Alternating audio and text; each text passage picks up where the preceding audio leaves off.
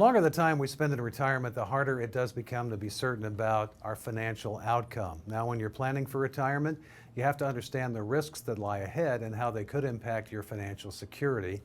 Joining me is Steve Floyd in Los Angeles. Steve, welcome. It's good to have you here. One strategy for managing risk with investments is diversification, obviously. Talk about what you see with clients every day in your practice.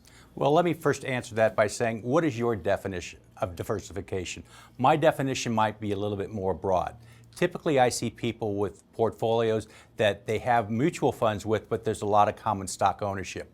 One thing that will really diversify your investments overall would be some form of tax-free or tax-efficient investments, and also real estate. So you need to look at all of your assets, not just your portfolio that you have. And as someone gets closer to retirement, how should market risk in a portfolio change? Well, again, what is the definition of risk? It might be different to you as opposed to myself.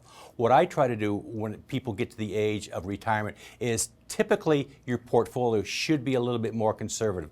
But I take it that extra inch, and I want to make sure that the risk that you're taking is appropriate for what you have. And I have the tools to really identify what your risk is going to be, and then tailor a portfolio to that risk. And I do it in a numerical fashion, as opposed to your risk is moderate conservative, which might mean something different to you. I give it a number. That's why I'm different.